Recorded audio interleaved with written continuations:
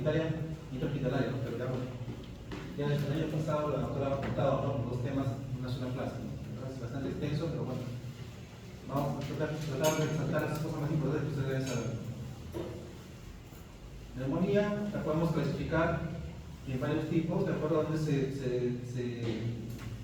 da, ¿no?, esta infección. Si es en el ámbito extrahospitalario, puede ser comunitaria, y a su vez se puede ir en típica y atípica. Vamos a desarrollar más adelante cada clasificación. Y que se da en el ambiente intrahospitalario, ¿no?, como su nombre lo dice, ¿no?, es una neumonía intrahospitalaria, también llamada nosocomial, que a su vez se puede ir en temprana y tardía. Es importante saber clasificarlo, porque de acuerdo a eso también vamos a adaptar el tratamiento antibiótico más ideal, ¿no? Y a su vez también se puede ir en neumonía asociada a ventilador. Obviamente, como su nombre lo dice, tiene que van a estar intubados por ventilación mecánica, ¿no?, que también se puede ir en temprana y tardía, ¿no?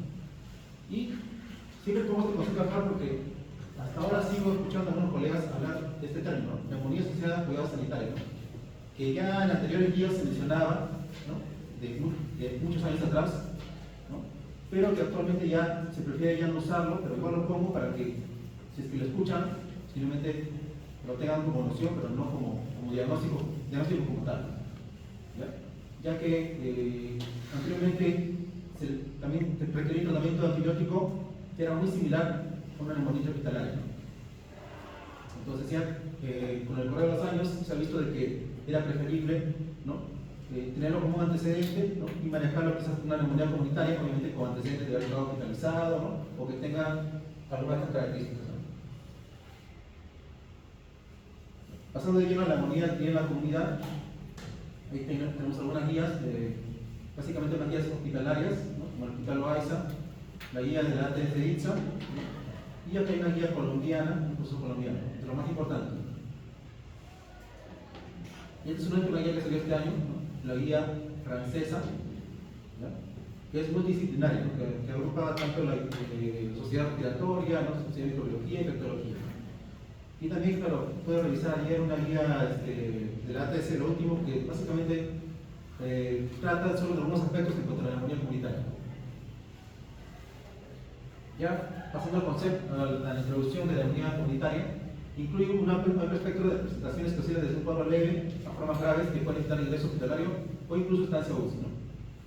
A veces hay el concepto de algunas personas que toda neumonía debe estar hospitalizada, pero como vamos acá, puede hacer presentaciones leves que simplemente pueden ser tratadas de forma ambulatoria, ¿no?, en su casa, ¿no? Y claro, que en algunos casos sí va a requerir ingreso hospitalario o, felizmente, en muy pocos casos ingreso a UCI.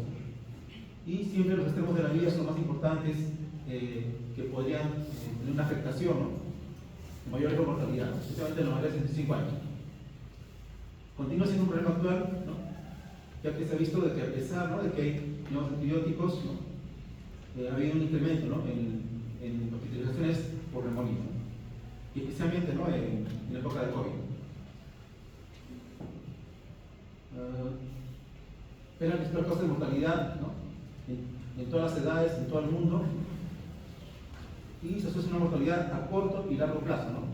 Todo paciente que está hospitalizado, ¿no?, a pesar que ya se llevó la neumonía, en algunos estudios hay que todavía se mantiene un riesgo de mortalidad, ¿no?, ya que quienes sobreviven muchas veces tienen secuelas importantes, ¿no?, como alteración de la función pulmonar, reducción de las funciones mentales, ¿no?, cognitivas, o debilidad o reducción de la función motora y reducción de la autonomía funcional, ¿no?, especialmente en los mayores de edad. La definición de la neumonía comunitaria, ¿no?, acá solo para comparar, ¿no?, unos dos conceptos, un concepto de una guía anterior, es una guía peruana, 2009, en el cual dice que la neumonía es una inflamación del parénquima pulmonar agudo, ¿no?, obviamente incluye alveolo intersticio, producida por microorganismos, ya sea bacteriano, ¿no?, viral o micótico, ¿no?, manifestada por signos de infección sistémica y cambios radiológicos, ¿no? Creo que eso es lo que se de la neumonía, ¿no? Pero hablando de neumonía comunitaria, ¿no?, en esa época se decía que podía ser una neumonía comunitaria en pacientes que no han sido hospitalizados en las últimas 3 semanas, ¿no? O sea, ¿qué quiere decir eso, no? Pacientes que habían sido hospitalizados o que desarrollaron una neumonía, ¿no?, después de 3 semanas de haber estado, o en menos de 3 semanas de haber sido dado de alta, muchas veces lo consideraban como neumonía intrahospitalaria. Este concepto ya cambiando, que vemos que en la actualidad solo considera como ese punto corto que antes de 3 semanas, ahora solo es 7 semanas, bueno, 7 días, ¿no? Eso es para aclarar, ¿no? Entonces, ese es el tiempo que consideramos. Digamos, está agregando el día y que si ya quizás ya cada 10 días hace una neumonía, con el proceso anterior voy a considerar como una neumonía intrahospitalaria, pero con el proceso actual sería simplemente una neumonía comunitaria, ¿no? Salvo que la neumonía se haya desarrollado en los 7 días posteriores al alta, ¿no? Y la BTS la define como, ¿no?, los signos de infección del tracto respiratorio inferior acompañados de nuevas imágenes radiológicas para los cuales no existe explicación alternativa, ¿no? Siempre acá resalta el diagnóstico diferencial, ¿no? No es que toda radiología o toda opacidad va a ser neumonía, ¿no? Siempre buscar diagnóstico diferencial, ¿no? La epidemiología es una enfermedad, como ya mencionamos, de elevada mortalidad, que tiene probabilidad de mortalidad de un 20% en Inglaterra, ¿no?, un país del primer mundo, ¿no? En el promedio, lamentablemente, se llega a ser mucho más alto. Se diagnostica de 5 a 12% de adultos con infección de vía respiratoria inferior, ¿no? Y de ellos, un 22 o 40% requieren tratamiento, ¿no? Es una enfermedad infecciosa respiratoria muy común, ¿no? La incidencia va a variar, ¿no?, de acuerdo al grupo etario, de acuerdo a la zona, ¿no?, pero siempre presta importancia a aquellos que tienen algunas comorbilidades, ¿no?, como es el VIH, ¿no?, el EPOC, ¿no?, dentro de las enfermedades respiratorias, ¿no?, puede estar asociada a la neumonía, ¿no? Se dice que el 40% de los pacientes con neumonía van a requerir tratamiento, ¿no? Ahora está muy variable, ¿no?, pero no es la referencia de esta referencia. Y 5% de los pacientes que van a ser ingresados van a requerir UCI, especialmente porque van a presentar shock, ¿no?, o van a requerir ventilación mecánica, ¿no?, que es lo que se denomina, ¿no?, o está dentro del concepto de neumonía grave, como vamos a ver más adelante. Y la mortalidad dentro de las neumonías, ¿no?, graves o severas es mucho más alta, ¿no?, llega hasta un 20%, ¿no?, especialmente si tienen shock o requieren ventilación mecánica, ¿no? Y si son ambos, ¿no?, la mortalidad llega hasta el 30%. Bueno, mencionamos, sigue siendo un problema a nivel mundial, a pesar de que no es antibiótico, ¿no? Obviamente también se debe a que cada vez hay mayor resistencia, ¿no?, en algunos agentes patógenos, ¿no?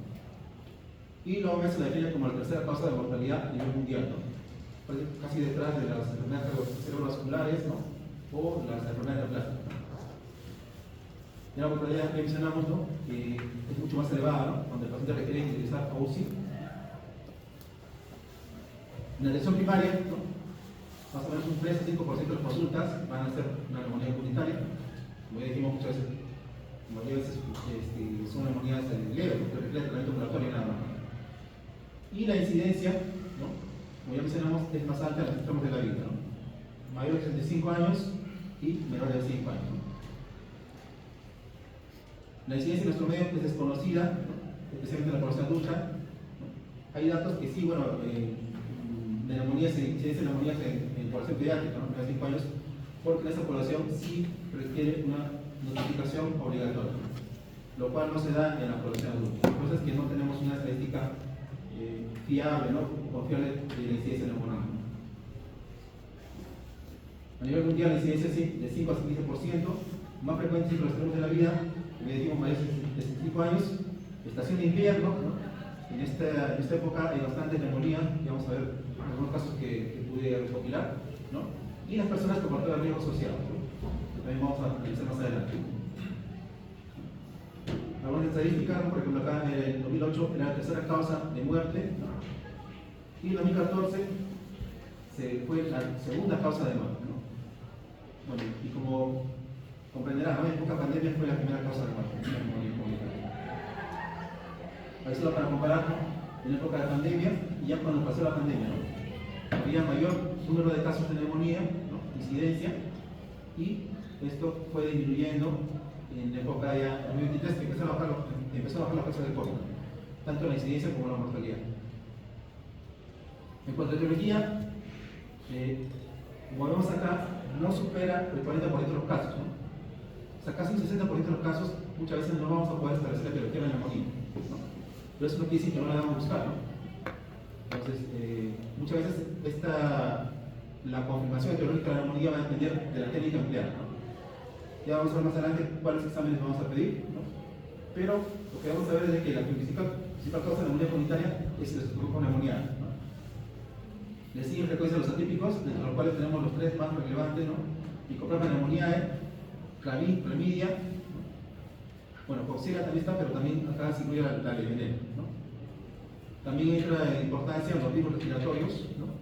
Y como dijimos, pues 60% no se conoce la causa, y que muchas veces el tratamiento es empírico. Ahí solo para ver la diferencia de las causas de neumonía de acuerdo al grupo etario, ¿no? No solo para poner como referencia cuando llegue en pediatría, ¿no? Como vemos acá, ¿no? Los primeros meses de vida, realmente la causa de neumonía suele ser Staphylococcus aureus, ¿no? Y virus respiratorio. Y a partir de los 5 años de edad, ya recién va, la causa de neumonía va siendo similar a la población adulta, ¿no? Siempre en la cabeza se preocupa neumonía como causa de neumonía, ¿no? Y los caminos atípicos, ¿no? Que mencionamos, ¿no? Mycoplasma, clamidia y legionela, ¿no? Y siempre, ¿no? La etiología es conocida, ¿no? En un importante porcentaje de los casos de neumonía. Y de acuerdo a cómo el paciente, o dónde va a requerir ser tratado, ¿no? Sea ambulatorio, hospitalizado, en sala común, hospitalizado en UCI, también podemos diferir cuál es la causa de neumonía, ¿no? Siempre los tres grupos, sobre neumonía de la cabeza, ¿no? Ambulatorios, puede ser algunos atípicos, Haemophilus, ¿no? Pero en los casos de neumonía que requiere instalamiento en UCI, podemos acá va a entrar también a tallar otros fenómenos como Staphylococcus aureus, Legionela, ¿no? Gran negativos que suelen causar neumonía severa, ¿no? Y de acuerdo a la característica también de cada paciente con neumonía, podríamos, ¿no? Deducir, ¿no? Cuál es la posible causa, ¿no? O el agente etiológico de esta, ¿no? Si la presentación es un acceso pulmonar, ¿no?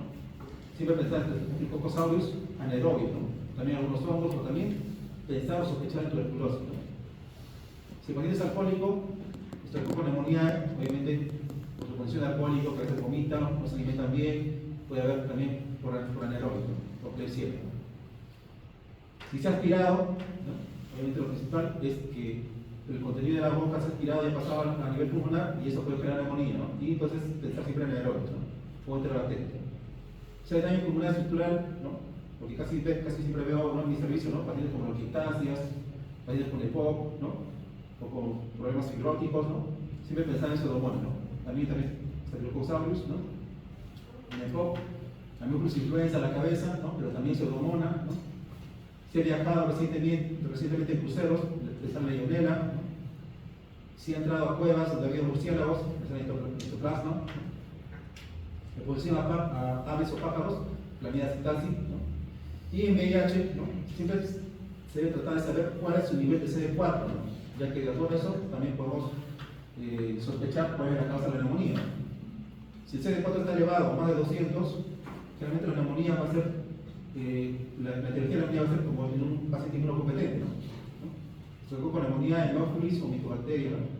Pero si está menos de 200, ya pensar en infecciones oportunistas, ¿no? Como hemocistosis, ¿no? Criptococos, citoplasmas, aspergillus, ¿no? O Mycobacteria.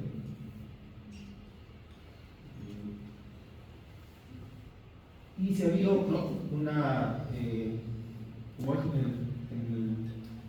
en esta época, ¿no? Bastante influenza, pensar también se produjo neumonía, Staphylococcus aureus o Haemophilus influenza.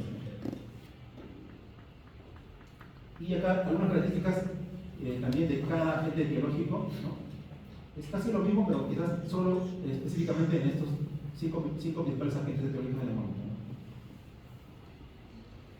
Ya ves, tenemos los problemas atípicos, los principales o los más comunes, ¿no?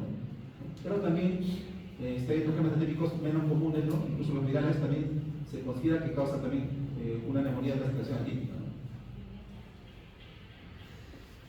Ahí solo para ver algunas características de los principales problemas atípicos, ¿no? Mycoplasma, legionela, ¿no? Que generalmente el micoplasma suele ser epidémico, o sea, si toda la familia ha tenido neumonía, ¿no? Y algunas veces se diagnostica micoplasma, sospechar, ¿no? que esta es la causa de la neumonía, ¿no? En cambio, la legionela, generalmente si ha viajado recientemente, especialmente en cruceros, puede estar puesto aerosol, ¿no? ¿Y en qué le va a sospechar? Cuando el paciente no evoluciona favorablemente, ¿no? En este cuadro neumónico, a pesar de haber instalado de forma adecuada un tratamiento con beta-lactámicos, que es el tratamiento principal de la neumonía, ¿no? Como vamos a ver más adelante, ¿no? La Mycoplasma neumonía generalmente de pacientes jóvenes, ¿no? En cambio, la Legionela, pacientes que tengan comorbilidades para un estado de inmunosupresión, ¿no? Ambos pueden ser rápidamente progresivos, especialmente la Legionela, ¿no? Y en ambos puede haber manifestaciones extrapulmonares, ¿no? Como es el dolor de cabeza, malestar, molestias abdominales, ¿no? Alteraciones neurológicas, artralgias, mialgias, ¿no? Y otras alteraciones que puede haber, ¿no? En compleja neumonía puede haber anemia hemolítica y falla renal, ¿no? La Legionela también puede haber falla renal, también puede haber hiponatremia, ¿no? Proamiólisis o citólisis. Y la Legionela, ¿no? Sí dice que las neumonías atípicas realmente pueden tener infiltrados intersticiales, ¿no? Eso aplica en complejas neumonías también, ¿no? Y también en clamidia, ¿no? Pero en la Legionela muchas veces puede haber infiltrados alveolares, ¿no? También puede confundir como si fuera una neumonía típica, como esta neumonía, ¿no? Y también lo bueno de la pandemia, ¿no? Que han desarrollado métodos moleculares para el diagnóstico, ¿no? Tanto de agentes virales y también bacterianos, ¿no? Y una de esas pruebas es esta de acá, ¿no? Panel sindrómico multiplex, en el cual puede evaluar, ¿no? La presencia de agentes etiológicos, todos los que hemos sacado, tanto bacterianos como micóticos y también virales, ¿no? Esta prueba, ¿no? Obviamente se puede hacer, ¿no? En esputo y podemos determinar cuál es el tipo de infección de forma rápida, ¿no? Comparado con los cultivos que pueden durar de 3 a 5 días, ¿no? El único problema es el costo, ¿no? En nuestro hospital un tiempo hubo donación de esta prueba y creo que fue para tratar de promover, ¿no? Esta prueba y a ver si el hospital compraba, ¿no? Esos kits que más o menos costaban creo que 1.200 soles cada kit. Como comprenderán, se acabó rápido y el hospital no compró más, ¿no? Pero bueno, mientras hubo, sí nos ayudó bastante a definir rápido, ¿no? El diagnóstico etiológico de neumonía. Y siempre tener en cuenta los agentes virales de neumonía, ¿no? Especialmente en niños, ¿no? En adultos va a ser muy diferente, ¿no? En los niños, lo más frecuente virus sincitial respiratorio, para influenza, virus de influenza de tipo A, ¿no? Y los adultos, también la experiencia actual, como les comentaba, bastantes neumonías por virus, estamos necesitando bastantes casos de virus de influenza A, ¿no? También considerar virus de influenza tipo B, sincitial respiratorio, ¿no? Adenovirus también en algunos casos. Y acá solo para tratar, ¿no? de poner en regla que muchas veces las neumonías puede haber coinfección, ¿no? O puede ser solo viral, o puede ser solo bacteriano, pero muchas veces puede coexistir una infección de dos virus o virus y bacterias, ¿no? Y especialmente justo los virus que mencionamos, los más importantes, y también los agentes bacterianos más importantes, muchas veces suelen coexistir, ¿no? Infecciones virales y bacterianas, ¿no? Y justo en la actualidad, ¿no? Como experiencia también lo estamos viendo bastantes casos de influenza que se complican con infecciones bacterianas como Staphylococcus pneumoniae, ¿no? Algunos casos como Klebsiella también, ¿no? Y Staphylococcus aureus. Los factores de riesgo, ya mencionamos, la edad avanzada, más de 75 años, ¿no? Comorbilidades como el EPOC, entre los más importantes, ¿no? Orquiectasias, asma, o sea, las tres enfermedades crónicas más importantes, ¿no? De mi especialidad. Insuficiencia cardíaca, desórdenes cerebrovasculares, diabetes mellitus, malnutrición o países inmunocomprometidos, ¿no? Y lo que justamente mencionaba, ¿no? Virus de influenza, ¿no? O sea, una simple gripe, si no se trata adecuadamente o lleva un tratamiento inadecuado, ¿no? O sea, porque pasa en muchos casos, ¿no? Se aplican antibióticos cuando no lo requieren, altera la flora bacteriana y fácilmente puede desarrollar una neumonía bacteriana, ¿no? O una simple gripe. Protección de la vía aérea deteriorada por malperspiración, como hiperspiración, consumo excesivo de alcohol y tabaco, y otros factores como el estilo de vida, ¿no? Como las condiciones de vida de abortazo, hacinamiento, residencia en entornos de bajos ingresos o exposición a toxinas ambientales. Ahí solo para ver la incidencia de neumonía, cómo se dispara, ¿no? A partir de los 35 años, ¿no? Y se eleva mucho más en mayores de 85 años, ¿no? Y debemos conocer cuáles son los mecanismos de defensa a nivel de pulmón, ¿no? Que pueden evitar el desarrollo de neumonía, ¿no? Y que si estuviera alterado, ¿no? Obviamente va a favorecer el desarrollo de neumonía, ¿no? Nivel de conciencia, ¿no? A nivel orofaringeo, ¿no? Si hay lesiones a nivel, ¿no? de la mucosa gingival, ¿no? Si hay condición bacteriana, ¿no? Si está ausente o presente reflejo postucígeno, si hay alteración de la respiración, si hay alteraciones de la función mucociliar, por ejemplo, la bronquiectasia está alterada esa función, y por eso predispone, ¿no? al desarrollo de neumonía, o o sea, alteraciones en la inmunidad adaptativa o la inmunidad innata. Entonces, el agente etiológico puede entrar, ¿no?, por vía aérea, ¿no?, ya sea por inhalación o aspiración, ¿no?, por diseminación directa a zonas infectadas o diseminación patógena. Y si los mecanismos de defensa que hemos mencionado anteriormente están alterados, ¿no?, obviamente podría, ¿no?, superar con lo que es el agente etiológico y colonizar, ¿no?, la glándulas intersticial y desarrollar la neumonía. Los mecanismos más importantes para desarrollar la neumonía es por inhalación y aspiración, ¿no? Son los principales que hay que tener en cuenta, ¿no? Los demás son mucho menos comunes y mucho más raros. Por ejemplo, depósito hematógeno, quizás si tiene una lesión, ¿no? Los diabéticos, por ejemplo, un pie diabético infectado, pues estafilococos, a la hora que le hagan una limpieza podría también, ¿no?, favorecer la asignación hematógena y esta asentar en el pulmón y desarrollar la neumonía. Invasión por estructuras contiguas, por ejemplo, un absceso hepático, ¿no?, por continuidad también podría afectar, ¿no?, la parte interior del pulmón y también desarrollar la neumonía. La evacuación directa es mucho más rara, ¿no?, por activación también del tejido inmunocomprometido. La clínica, los principales síntomas, ¿no?, tos, expectoración y fiebre, creo que son los principales síntomas, pero que casi todas las enfermedades respiratorias podrían compartir esos síntomas, ¿no? Entonces tenemos la tos, la mayoría de pacientes está presente, expectoración, que generalmente es un poco purulenta, ¿no?, o purulenta, pero que a pesar de ello no orienta la etiología, ¿no? La fiebre también, ¿no?, es inespecífica, incluso puede estar ausente en ancianos inmunosuprimidos, ¿no? El dolor torácico ya sugiere que es una irritación pleural, ¿no?, puede haber derrame pleural, ¿no?, o dificultad respiratoria, ¿no?, que ya indica que hay una severidad, ¿no?, de la neumonía. Pero volvemos a estos síntomas, no nos van a poder confirmar, ¿no?, diagnóstico de neumonía, ¿no?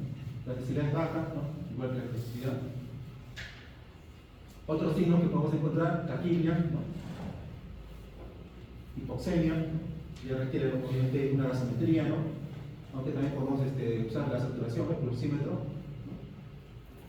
Puede dar también fiebre y hipotermia, ¿no? La hipotermia es indicador de mal pronóstico, ¿no? Puede haber crépitos, ¿no?, en la zona afectada, un síndrome de condensación, pero que suele estar presente el 20% de los pacientes, ¿no? Y el frote pleural también, ¿no?, que ya también sugiere, ¿no?, que hay compromiso pleural, ¿no? Y solo para mencionar el síndrome típico y atípico, ¿no? Lo típico es una presentación aguda, ¿no?, fiebres altas, ¿no?, tos productiva, respiración purulenta, dolor pleurítico y articulación presencia de crépitos, ¿no? Y la radiología, obviamente, una condensación, ¿no?, o infiltrado, ¿no?, alveolar, como programa aéreo bien delimitado, ¿no? En cambio, un síndrome atípico, ¿no?, que obviamente nos hace sospechar en etiología, en los casos atípicos que hemos mencionado, ¿no?, es un inicio subagudo o insidioso, ¿no? Pacientes que tienen un tiempo de enfermedad quizás hasta 2 semanas, ¿no?, predominan los síntomas extrapulmonares, ¿no?, como es acromialgia, cefalea, alteración de conciencia, ¿no?, vómitos, diarrea, y la tos suele ser seca o escasamente productiva. Y la radiología suele ser expresión multifocal, ¿no?, con patrón intersticial, ¿no?, ya mencionamos los agentes etiológicos que comentamos, ¿no?, especialmente micoplasma, clamidia y legionela, ¿no?, y también considerar los virus respiratorios. Y que también puede haber alteraciones a nivel laboratorial, ¿no?, como es hiponatremia, hipofosfatemia, ¿no?, u otras alteraciones pulmonares como es hematuria, ¿no? Y ya pasando básicamente a cómo vamos a manejar al paciente, ¿no?, es importante, muchas veces se genera duda, ¿no?, cuando uno se enfrenta al paciente, ¿no?, especialmente cuando uno se está formando, lo manda al hospital o lo trata de forma ambulatoria, ¿no? Entonces, para esto se ha elaborado, ¿no?, escalas de seguridad que nos van a orientar, ¿no?, para ver qué estudios va a requerir el paciente, dónde va a recibirse el tratado, si es hospitalario o forma ambulatoria, y qué tipo de tratamiento que se va a emplear, ¿no?, tratamiento antibiótico, ¿no? Y por eso tenemos estas escalas, ¿no? Las que están en negrita son las escalas que más se usan, ¿no?, el índice de gravedad de neumonía, o PCI o PAI, ¿no?, y el PUS 65, ¿no? Otras escalas también se pueden usar, pero son un poco más complejas, ¿no?, especialmente el SCAP de Mercock. Y otra escala que se puede usar también y que ya nos va a ayudar a definir si el paciente va a requerir atención en cuidados intensivos y que va a sugerir que es una neumonía grave, es la escala de la ATSX, ¿no? Pero obviamente, como ustedes no les usan nivel de atención, ¿no?, Creo que esas dos primeras escalas son las que más deberían, ¿no?, aprender, especialmente la curso 35, que es mucho más simple de aplicar. Ahí tenemos la PCI, como ven son muchos parámetros, ¿no?, y por eso se establece un puntaje y podemos catalogar si el paciente, ¿no?, es de bajo riesgo o la clase de test, ¿no?, clase 1, 2, 3, 4 y 5. Y después de eso podemos establecer si el paciente requiere tratamiento ambulatorio o hospitalario con estancia corta o ingreso hospitalario, ¿no?, incluso considerada UCI. Y la curso 25, que en comparación de la anterior, ¿no?, tiene mucho menos parámetros, ¿no?, solo 5 parámetros, y cada uno tiene un punto, ¿no?, comparado con el PCI, que cada parámetro tiene diferente puntaje, ¿no? La verdad, y yo no me lo aprendí, uso un aplicativo a veces cuando quiero sacar puntaje. En cambio esta es muy fácil de aprender y aplicar, ¿no?, rápidamente. Tenemos la C, que es conclusión, en la cual se puede aplicar el Minimental Test abreviado, ¿no?, con menos de 8 puntos, o que el paciente esté desorientado en las 3 esferas, ¿no?, tanto en tiempo, espacio y personas, ¿no? El otro parámetro es la U de urea, ¿no?, si está elevado a más de 42 miligramos por decilitro, ¿no?, o un nitrógeno ureico en sangre mayor a 20, ¿no? La respiración es más de 30 por minuto. La B es de presión arterial en inglés, ¿no?, una presión sistólica menos de 90, diastólica menos de 60, y la edad, ¿no? Como ya mencionamos, la edad, sobre todo mayores de 5 años, conlleva un riesgo incrementado, ¿no?, de mortalidad en pacientes con neumonía, ¿no? Realmente por eso se hizo estudios y justo se hizo ese punto de corte, ¿no?, para establecer un puntaje en este escala. Pues en mayores de 25 años también es un punto, ¿no? Esta es la prueba Minimental Test abreviado, como ven, son varias preguntas, ¿no?, pero creo que más fácil es aplicar, ¿no?, que para si está desorientado en las 3 esferas, ya conlleva un punto, ¿no?, en el parámetro de conclusión. Entonces cada ítem da un punto y después establecemos el puntaje, ¿no?, y podemos determinar el riesgo, ¿no?, del paciente, el riesgo de mortalidad del paciente, ¿no?, para determinar dónde va a requerirse el tratamiento. Entonces un punto, tenemos que es de bajo riesgo, no se requiere tratamiento solo ambulatorio, ¿no? 2 puntos, puede ser un tratamiento ambulatorio supervisado o corto, un tratamiento hospitalizado, ¿no?, con estancia corta, y de 3 puntos a más ya es una neumonía grave, ¿no?, entonces sin hospitalizar, incluso considerar cuidados intensivos, ¿no? Y otra escala se puede ser abreviada, ¿no?, curso 25, en la cual es, teniendo en cuenta que muchos centros de salud a veces no tienen laboratorio y no pueden desarrollar la urea, es el CRB65, ¿no? Como ven, ya acá sale la urea como parte de la escala, y se ha visto que es el puntaje es muy equivalente al curso 25, ¿no? Entonces esto se puede aplicar en primera intención que no tiene acceso a usar la urea, ¿no? Entonces ahí, si hay 0 puntos, es baja severidad, el punto ambulatorio. De 1 a 2 puntos, moderada severidad, que se considera referencia hospital. Y de 3 a 4, rápidamente debe ser requerido hospital, ¿no?, también quizás considerar UCI. Y la otra escala que mencionaba, la escala de la TSI-ISA, ¿no?, consta de criterios mayores y menores, ¿no? Los criterios mayores es necesidad de ventilación mecánica o que permite que presente shock séptico, o sea que requiera uso inotrópico, ¿no?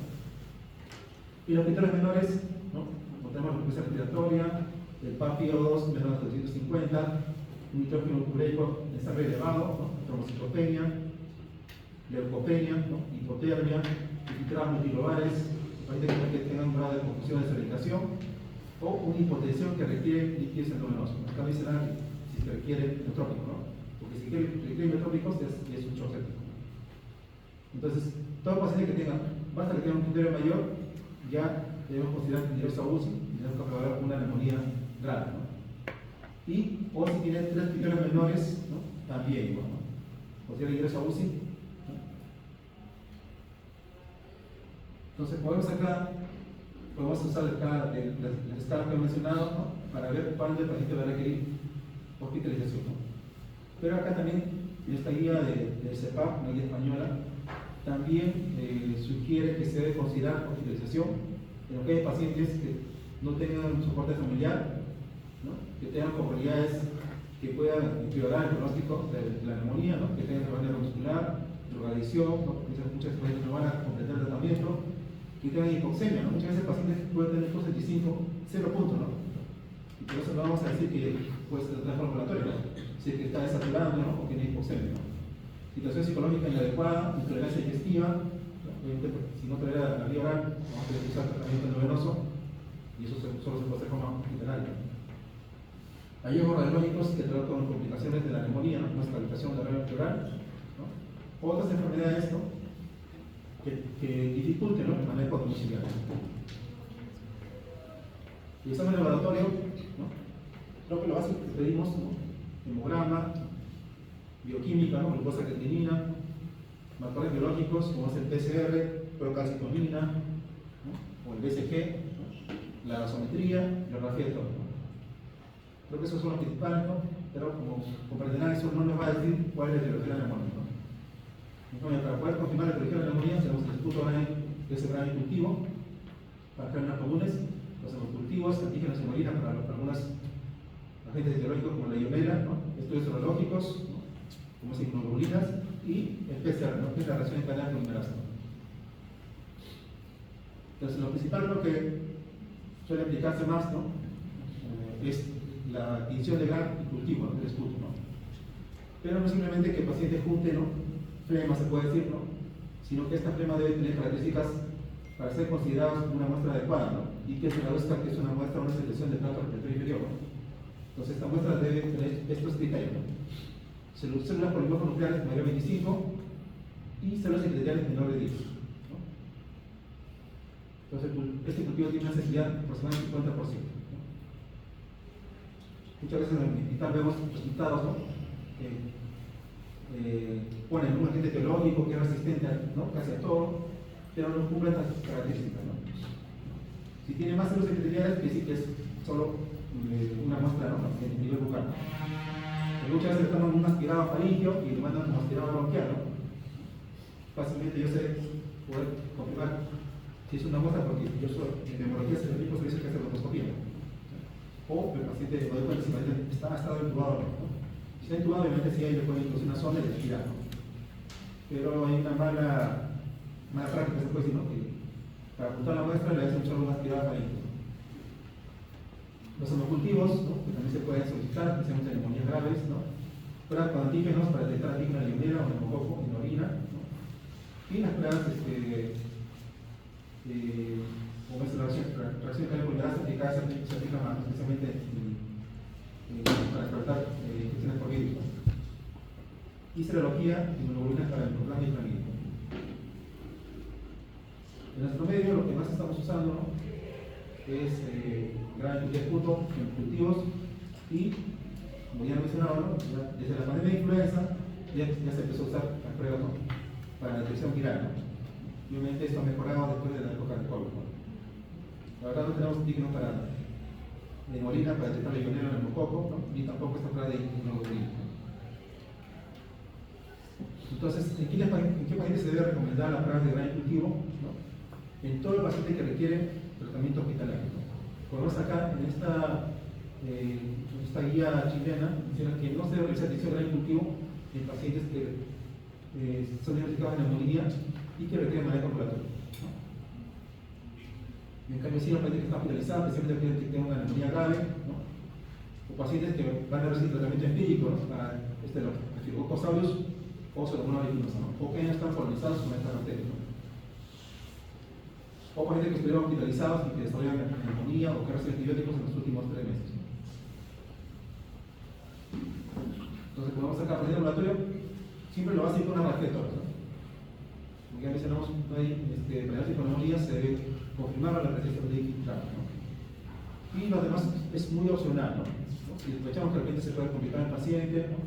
Quizás puede tener hemograma o un cultivo, ¿no? Pero no es mandatorio pedir ese examen, ¿no? En cambio, está hospitalizado, sí, ¿no? Ahí debemos pedir casi todos los exámenes para tratar de determinar el criterio etiológico y también los exámenes laboratorios que nos puedan ayudar a definir si el paciente se puede conllevar a complicaciones, ¿no?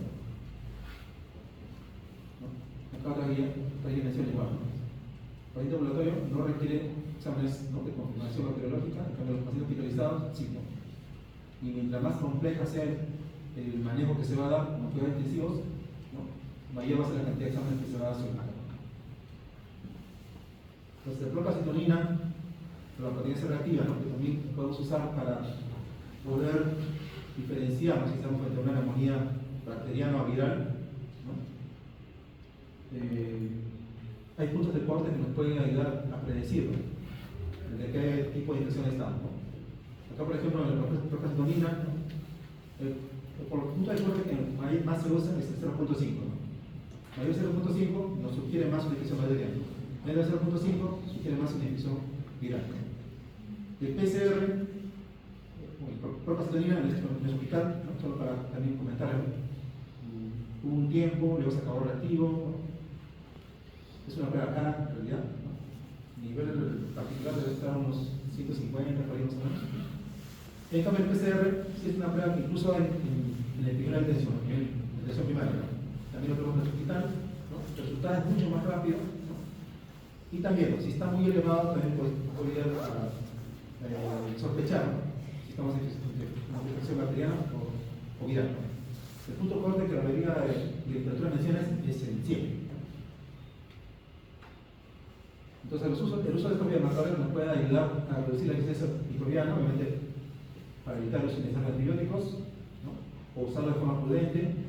También va a lograr impacto en los procesos de atención y mejorar la seguridad del paciente. Las otras pruebas que se van a realizar, las efectuadas, como ya dijimos, lo básico, ¿no? Sin infiltrar no hay neumonía, dicen algunos, ¿no? Entonces, nos va a ayudar a definir el diagnóstico, ¿no? Dónde está localizada la lesión, la extensión, ¿no? Y las posibles complicaciones que pueda presentar. Además, puede ayudarnos a diferenciar ciertas enfermedades asociadas, ¿no? O otras enfermedades que también pueden ser entrar al diagnóstico diferencial de neumonía, ¿no? También evaluar la evolución, pero lo malo es que no nos va a permitir establecer el diagnóstico biológico, ¿no?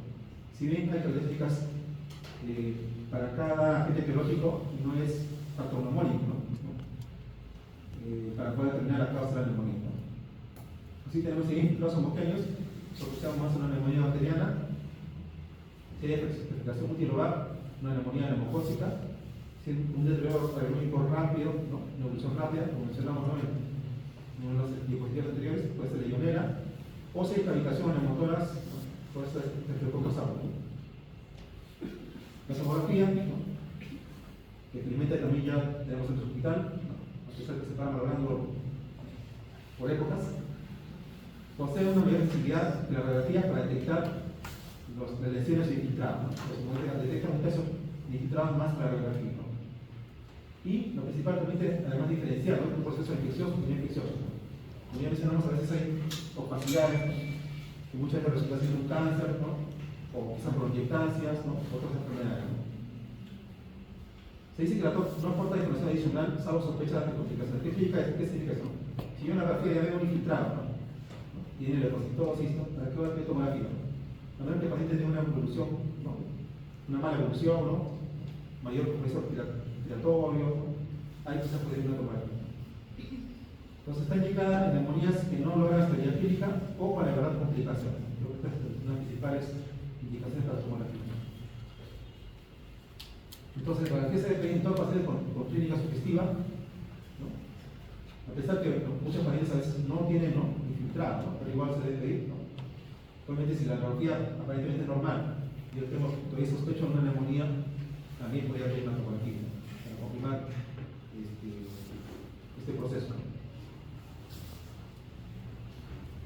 Entonces, es importante también que tener en cuenta que en las radiografías los infiltrados se resuelven luego de los síntomas, ¿no? Muchas veces, incluso colegas, ¿no?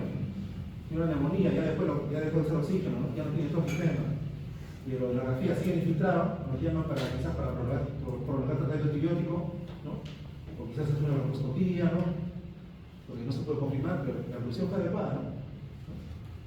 Entonces, es por esto, ¿no? Muchos pacientes, incluso la resolución va a ser mucho más lenta, especialmente en pacientes inmunocomprometidos, ¿no? O que tengan un comercio extenso, ¿no? Hay algunas fotos de neumónicos porque hay una opacidad, ¿no? Con tendencia a cavitaciones. Eso es un absceso. Acá otro absceso, ¿no? Nivel basal izquierdo. Este es un neumotórax, ¿no? Podemos hay un colapso del pulmón izquierdo, ¿no? Probablemente por un acceso que se ha roto, ¿no? Algunos se murieron con derrame pleural, ¿no? Hay obstrucción del núcleo posenteramático.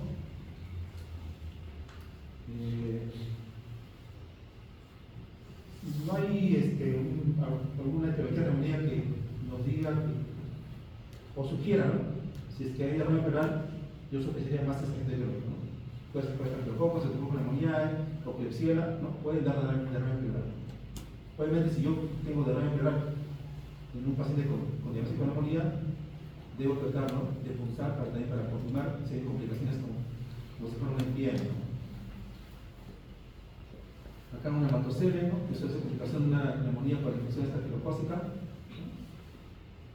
Como mencionamos, ¿no?, en agentes, en neumonías atípicas, como podría ser neumonías virales, el comienzo suele ser intersticial, ¿no? O sea, a nivel como casi reticular, ¿no? Pero quizás esta es la presentación clásica de una neumonía, ¿no? Una opacidad de tipo alveolar, ¿no?, o algodonoso, ¿no?, con presencia de broncoderma medio, ¿no?, que son las pequeñas esas líneas más radiolúcidas, ¿no?, dentro de la opacidad. A veces hay infiltrados múltiples, ¿no? Ya dijimos, ¿no?, de esa ficha de Legionella, por ejemplo. Ya mencionamos también que algunas complicaciones pueden ser el absceso pulmonar, una opacidad que se cavita, ¿no? Acá. Cuando hay cavitaciones dentro de una lesión neumónica, lo principal sería sospechar entre cocos auros. Este es solo un caso que también es del hospital, ¿no? Es un paciente con falla renal crónica en hemodiálisis. Podemos sacar su catéter, su catéter de diálisis, ¿ya?, que se infectó, su catéter. Se infectó, esto hospitalizado para el cambio de catéter, ¿no? Hicieron el cambio de catéter, ¿no? El catéter está acá, no sé si se ve, ¿no? Le sacaron el lado derecho y le pusieron el lado izquierdo, ¿no? Y siempre que se coloca el catéter, se toma una grafía de control, ¿no?, para ver si no hay complicaciones como un hemotórax, ¿no?, o un neumotórax, ¿no?, se puede, ¿no?, hinchar el pulmón a la hora de meter la guía, ¿no?, la guía metálica, ¿no? Parece que solo se dieron cuenta de que no haya ninguna motoras o motoras y lo dieron de alta, ¿no? A los días regresa el paciente con tos productiva, con el pulso violento, ¿no?, y vemos que a la hora de pedir su grafía, ¿no?, de control post-catéter ya tenía esta lesión, ¿no? ¿Vemos acá? Y acá, más opacidades.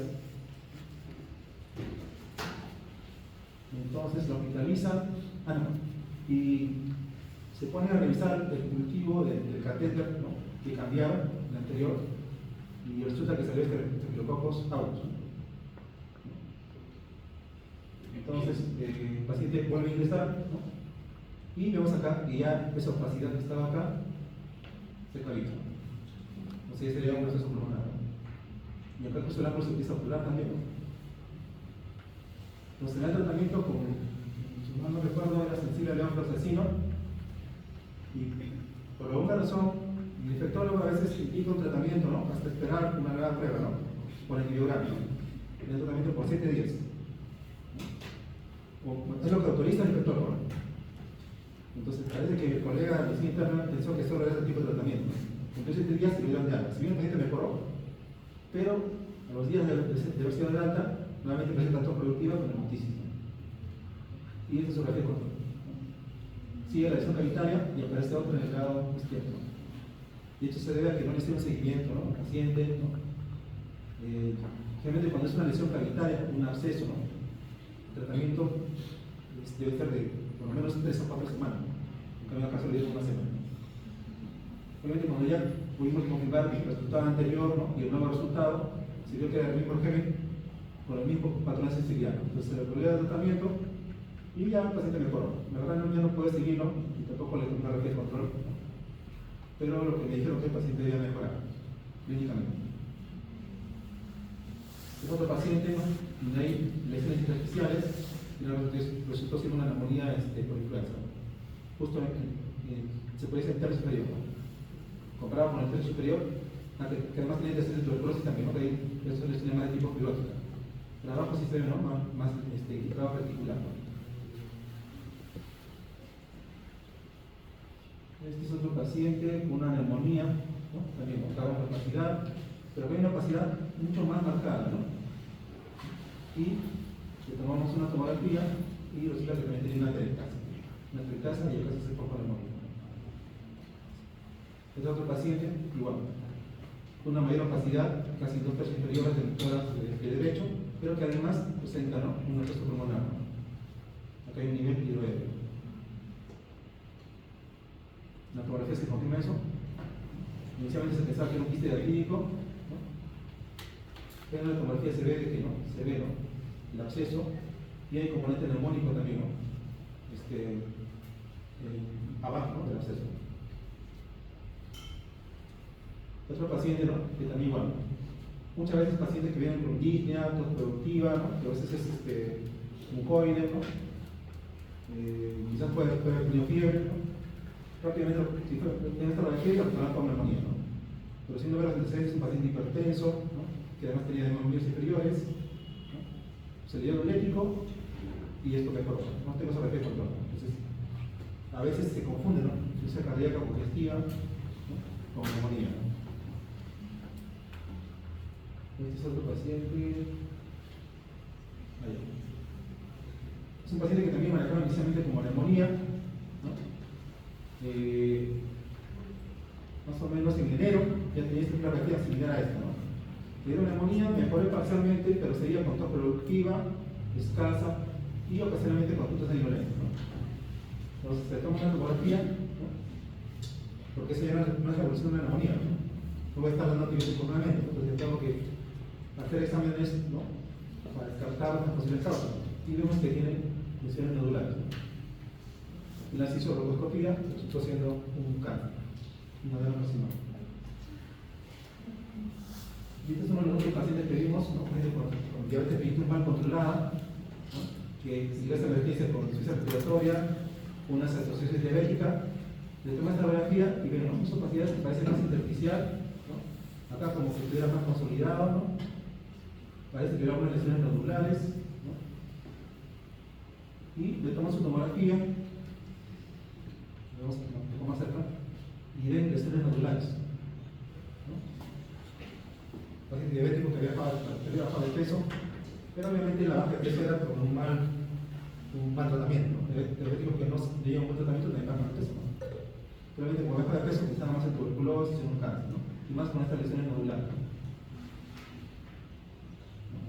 Acá también son nodulares, pero en las bases hay más lesiones de tipo neumónico, ¿no?, un poco de programa aéreo y algunas salas de virus ilustrado, ¿no?, que sugiere también más una biología de tipo viral, ¿no? Y se hacen las pruebas y la prueba de panel viral sale positivo para influenza, ¿no?, y también la prueba de puntos sale positivo para revisión. Justo los diabéticos son los que suelen complicarse a veces, ¿no?, especialmente con una simple infección viral pueden complicarse con una infección bacteriana, ¿no? Y otro dato, también, ¿no?, las neumonías por Klebsiella, en algunos casos también puede haber este tipo de lesiones nodulares, especialmente pacientes inmunoclínicos. Entonces, la radiografía de tórax se debe pedir en todo paciente que tenga, ¿no?, fiebre, tos productiva o dificultad respiratoria, de evolución aguda y que presenta algún signo de focalización del examen pulmonar, o sea que ya por lo menos clínico, ¿no? En todo paciente mayor de 65 años de edad, con compromiso de conciencia, fiebre, de compensación de una enfermedad crónica de causa desconocida. Y en cualquier adulto con enfermedad cardiovascular o respiratoria crónica, ¿no?, que acude a consulta por fiebre, tos productiva, independiente si es que hay o no signología pulmonar. Como mencionamos, la resolución radiológica puede demorar, ¿no?, puede ser mucho posterior a la resolución de los síntomas y incluso puede demorar hasta casi 12 semanas, ¿no?, o sea, casi 3 meses para que pueda haber una resolución radiológica completa. Los diagnósticos, como vemos acá, la epidemiología, son factores de riesgo, la clínica, la imagenología, ya sea por radiología o topografía si que requiere, ¿no?, y cada vez usando más la ecografía también. Esto a raíz del COVID, ¿no?, que había pacientes que estaban postrados, ¿no?, que estaban en áreas de aislamiento, que no podían tomarse como radiografía, ¿no?, que empezó a usarse la ecografía y con eso confirmar si tenía o no neumonía, ¿no? Si hay alteraciones a nivel hematológico como la leucocitosis o leucopenia, ¿no?, la serología, inmunología como biomarcadores que mencionamos, para diferenciar si infección bacteriana o viral, y título gasométrico, si es que hay posible o no. Obviamente el diagnóstico con estándar va a ser, ¿no?, el cultivo microbiológico, ¿no? Pues tenemos síntomas respiratorios con síntomas sistémicos, allá para cortar el examen físico de todas, ¿no? Se debe ir rápidamente una radiografía y como confirmamos que hay lesiones radiológicas, está confirmado el diagnóstico de neumonía. Y no se debe esperar más hacer tratamiento. El diagnóstico diferencial de neumonía, todos los procesos que podrían conllevar, ¿no?, a los síntomas que hemos mencionado, ¿no?, o además que haya, ¿no?, que también causa alteraciones radiológicas, ¿no? Algunas características para diferenciar entre infección por neumococo o infección viral, ¿no?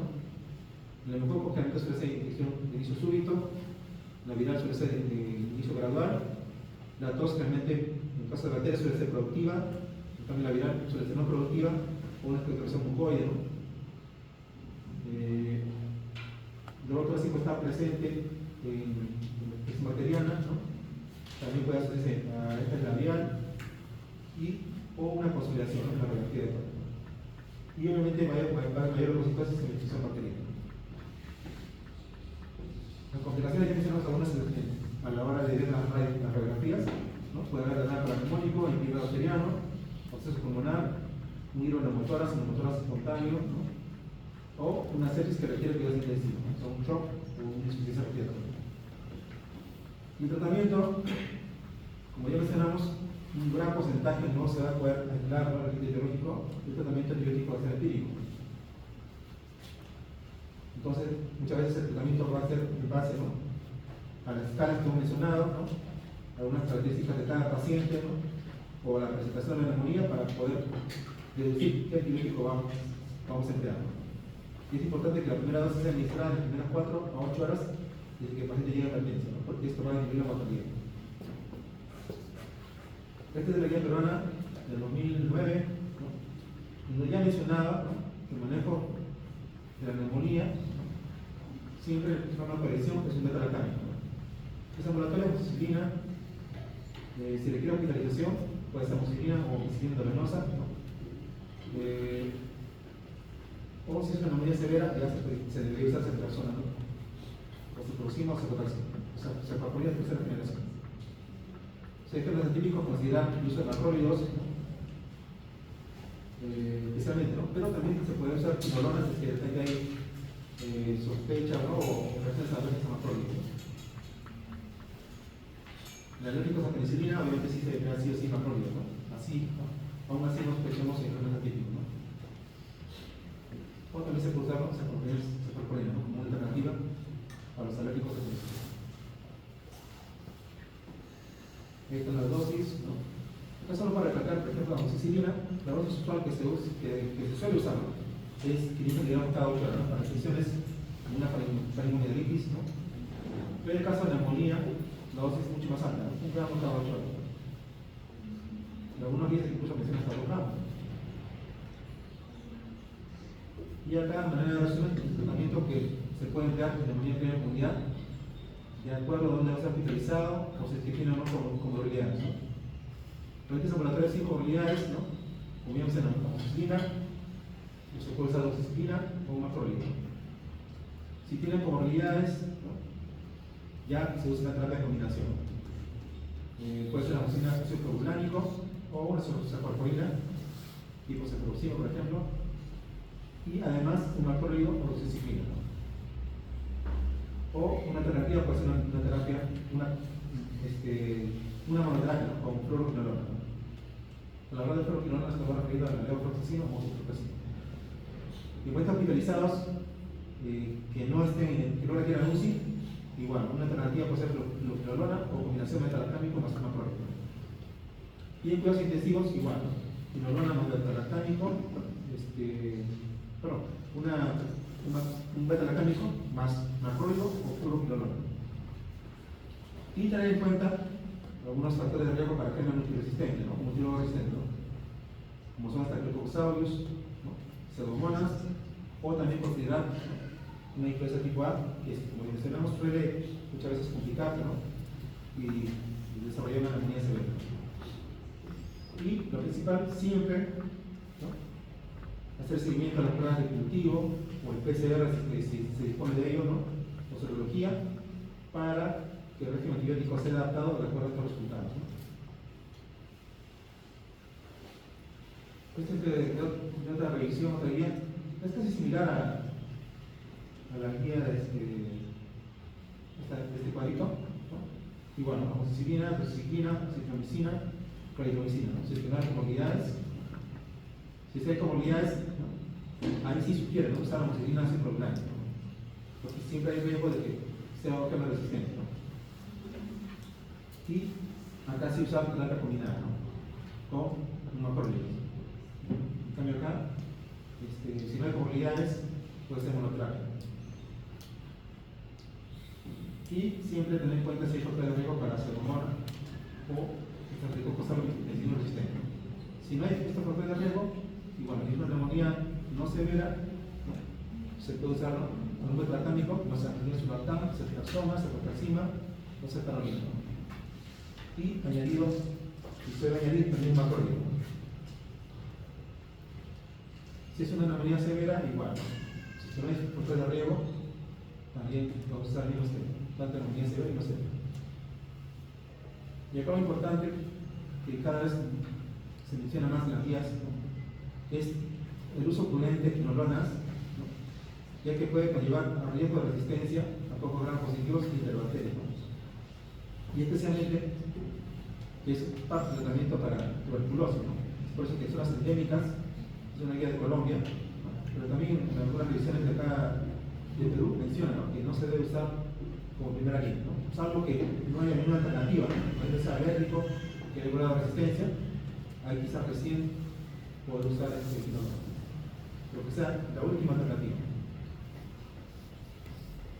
Entonces, si hay factor de riesgo para salmonella aeruginosa o estreptococcus aureus resistente, ¿no?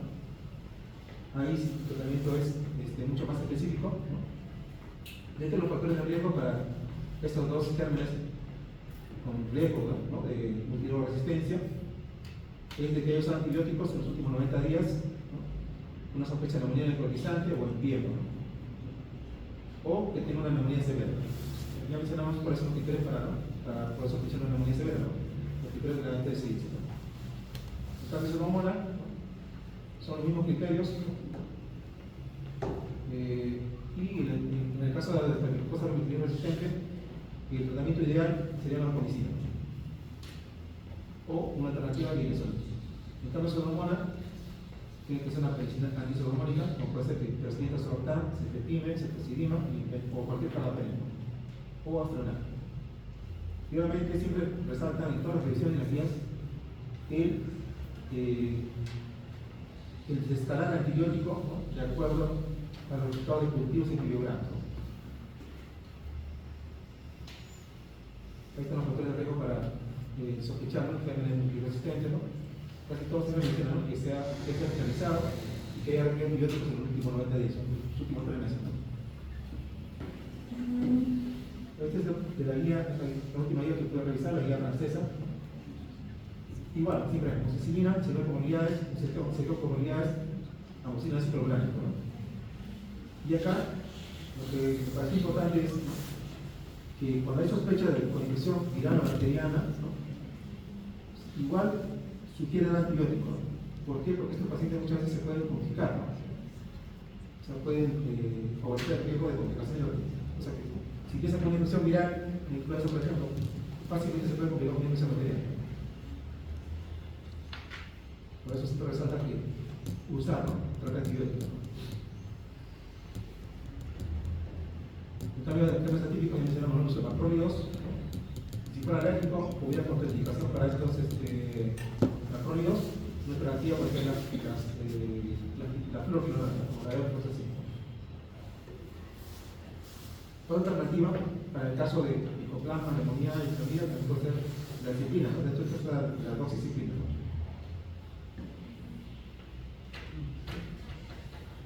Igual, acá menciona, ¿no? Un tratamiento de neumonía severa, ¿no? Usar una cefalosporina de tercera generación para enterar más un macrolito. O alternativa, una quinolona, y desescalar de acuerdo a los resultados de antiviral.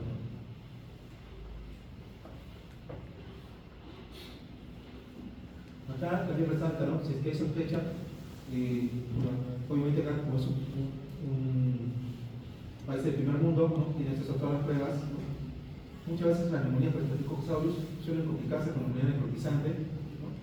Y esto se puede, hay unas pruebas para determinar unas toxinas, ¿no?, estas bacterias que predisponen, ¿no?, el desarrollo de esta neumonía necrotizante, ¿no?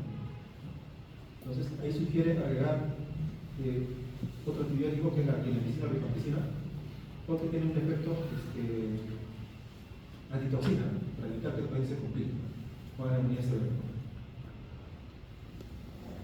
Y cuando ya podemos sospechar que el paciente está evolucionando bien, ¿no?, y que quizás ya esté más estable y se pueda adaptar con la vía oral, cuando haya normalización de los parámetros, tanto los genitales como la saturación, obviamente que toleren la vía oral, ¿no?, o estén dentro de un estado normal, ¿no? Si cumple estos criterios, ya podemos pasar a vía oral.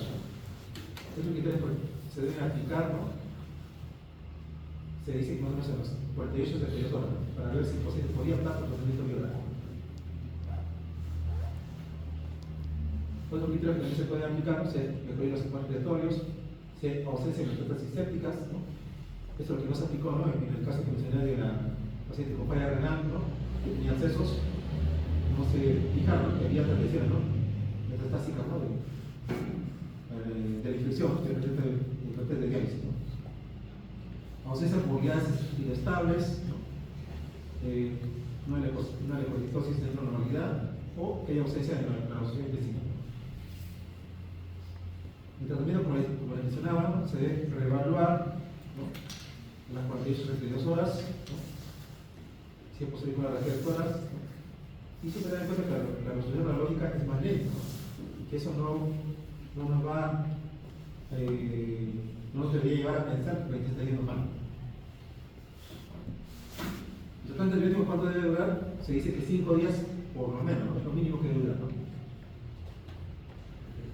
Pero puede ampliarse el tratamiento de acuerdo a complicaciones o si es que hay situaciones por gérmenes que tengan un grado de sospecha, ¿no?, de resistencia, ¿no?, como es Staphylococcus aureus, medicina resistente o pseudomonas, ¿no? Cada vez el tiempo de tratamiento ha ido bajando en tiempo, ¿no? Antes se decía que eran 7 días, pero lo que vamos a sacar son 5 días, ¿no? Son 5 o máximo 7 días. ¿Y en qué caso prolongar el tratamiento? Cuando hay persistencia de la fiebre, cuando el paciente persiste inestable, cuando sospechemos o cuando confirmemos, ¿no?, que el paciente quizás tenía otra infección diferente a la que sospechábamos, entonces esto nos puede haber llevado a una cobertura antibiótica inicial inadecuada, o cuando hay complicaciones extrapulmonares, ¿no?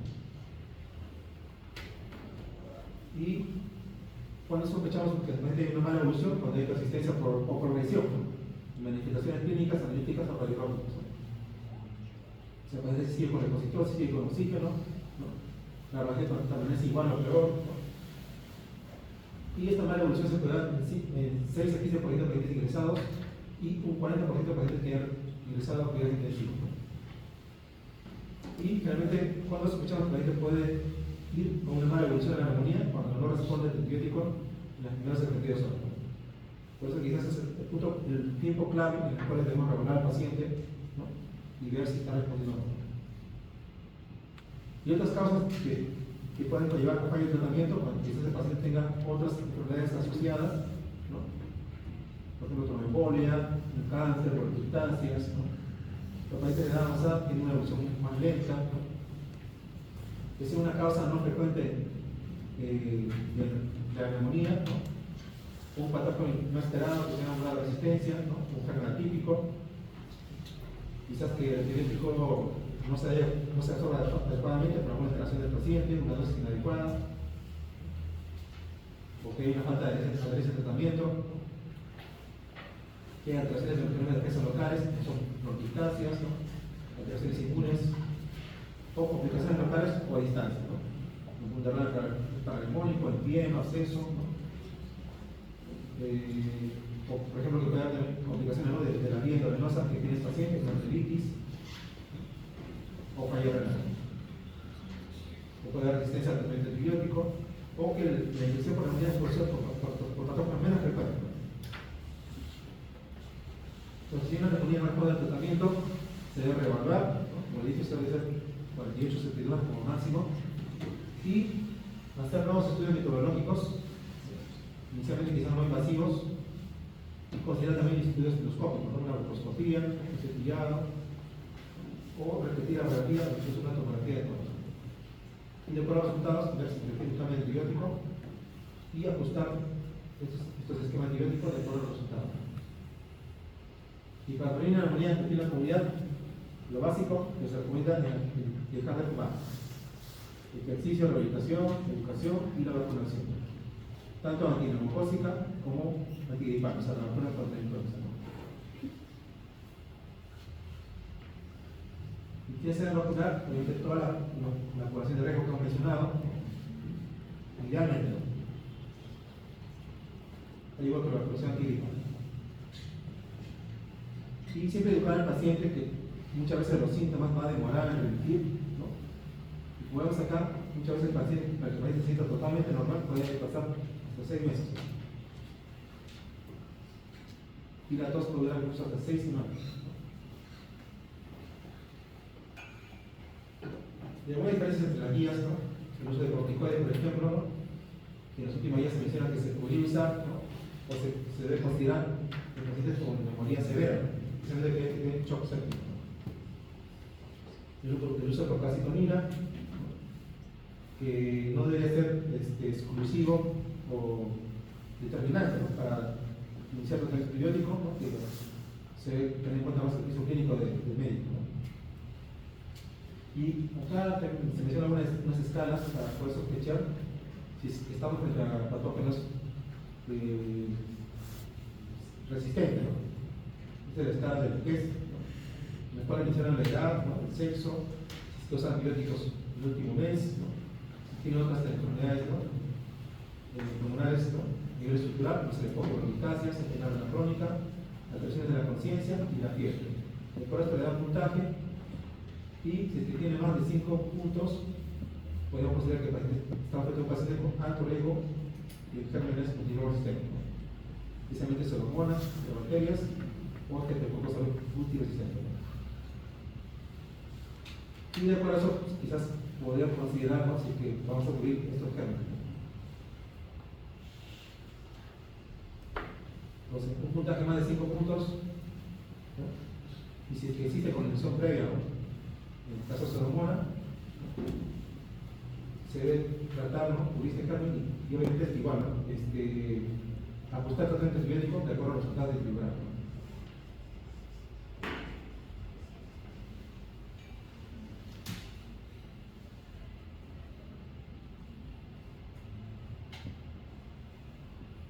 Acá menciona igual, ¿no? El uso de la escala del 25, ¿no? O PSI, para ver dónde va a ser tratado el paciente. Y hecho esta revisión también española, en las cuales aplican las pruebas, ¿no? Personalmente en países del primer mundo, ¿no? Para poder determinar rápidamente el agente crónico de neumonía. Podemos acá incluso usar un lavado bronca anular, una broncoskopía, los cultivos, visión de Grant, ¿no? Las pruebas, ¿no? El multiplex que mencionaba, ¿no? Para poder determinar, ¿no? Los agentes de riesgo de neumonía, ¿no? Y después de eso rápidamente puede establecer el tratamiento antibiótico, ¿no?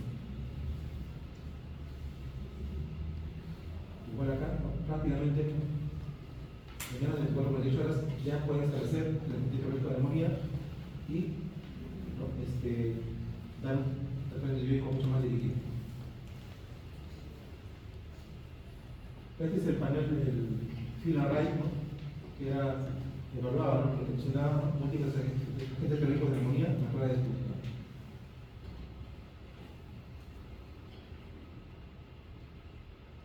Y esta es la última guía, que básicamente lo que menciona es, en base a la ecografía, ¿no? La ecografía de tórax, que le llamamos neumonía, que se sugiere ecografía con sospecha de neumonía de la comunidad como alternativa de diagnóstico, ¿no?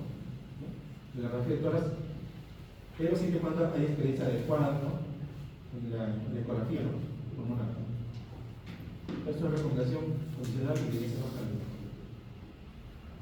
En cuanto al tratamiento antibiótico empírico en la neumonía de la comunidad, con prueba de virus respiratorios positivos, ¿no? En pacientes ambulatorios sin comorbilidades, con evidencia clínica y microbiológica de neumonía comunitaria, con resultados resultado positivo de virus respiratorio sugiere no prescribir antibióticos, ¿no? Empírico. En cambio, los pacientes ambulatorios con comorbilidades, con evidencia clínica imagenológica de la neumonía comunitaria y con resultado positivo para virus respiratorio, sí sugiere prescribir antibióticos empíricos debido a la posibilidad de protección material viral, lo que mencionábamos anteriormente, ¿no? Y lo que ya mencionaba también ayer francés. Y en pacientes de adultos hospitalizados con evidencia clínica imagenológica de neumonía comunitaria no grave y resultado para virus respiratorio, también sugería prescribir antibióticos empíricos debido a la posible contaminación relacionada con viral. Y la duración total del antibiótico, mencionamos igual, 5 días en promedio. Obviamente esto tiene que evaluarse, ¿no? Los criterios de estabilidad clínica que mencioné. Lo mínimo son 3 días. Virus y corticoides sistémicos, en neumonía no grave, ¿no? Se recomienda no admisión de antibióticos para corticoides sistémicos, ¿no? Salvo que el paciente tenga también quizás un ano o un enfoque compensado, ¿no? Pero en pacientes hospitalizados con neumonía grave sí sugieren iniciar corticoides sistémicos, porque esto mejora o disminuye, perdón, el riesgo de mortalidad. Y ya pasando al siguiente tema, la neumonía hospitalaria. Ahí tenemos una guía de la TS, ¿no? Y acá sí hay una guía peruana, pero que ha sido elaborada por Salud, ¿no? 2019, pero que básicamente se basa también casi en lo mismo, mismas recomendaciones de la guía de la TS, ¿no? Y así lo he dicho, chicos, para que la segunda causa de infección nosocomial tiene una elevada mortalidad. Recordarán que la clase semestre pasado, ¿no? La primera causa de infección nosocomial era la infección urinaria. Pero la tercera causa de infección nosocomial tenemos, obviamente, porque estos pacientes la mayoría van a estar en ventilación mecánica, ¿no? Y constituye 18% de infecciones hospitalarias, 5 o 10 casos por 1000 ingresos hospitalarios, el incremento significativo de 6 a 20 veces en los pacientes con ventilación mecánica. Y obviamente va a incrementar el estrés hospitalario. Es una complicación letal, tiene un gran porcentaje de mortalidad. Obviamente va a aumentar los costos hospitalarios. Y la neumonía del sistema ventilador es un grupo importante, ¿no? Dentro de la neumonía nosocomial, ¿no? Y que a mayor tiempo que paciente requiere la ventilación mecánica va a aumentar también el riesgo de neumonía asociada a la ventilación mecánica. Algunas denominaciones o sinónimos, ¿no? Neumonía nosocomial, neumonía hospitalaria o neumonía biliar hospitalaria. Ya mencionamos las dos subdivisiones, ¿no? La neumonía nosocomial propiamente dicha y la neumonía asociada a la ventilación. Y estas a su vez se subdividen en dos grupos, ¿no? La neumonía nosocomial, como su nombre lo dice, ¿no? Se queda adquirida en el hospital y el punto de corte que establece, ¿no? Para poder considerar la neumonía nosocomial es aquella que se presenta, ¿no? Después de 48 horas después que el paciente está ingresado al hospital, ¿no? En cambio, la neumonía asociada al ventilador es aquella neumonía que se desarrolla 48 horas después de que el paciente ha sido sometido a intubación orotraqueal y ventilación mecánica, ¿no? O aquella que se presenta 48 o 72 horas post-extubación. En cambio, en relación a la neumonía nosocomial, ¿no? Podemos clasificarla en temprana y tardía. Temprana es aquella que se desarrolla en los primeros 4 días de admisión, ¿no? Y que tiene mejor pronóstico porque va a ser una neumonía generalmente por gérmenes sensibles, ¿no? O quizás gérmenes que tengan, ¿no? Muy similares a la neumonía comunitaria.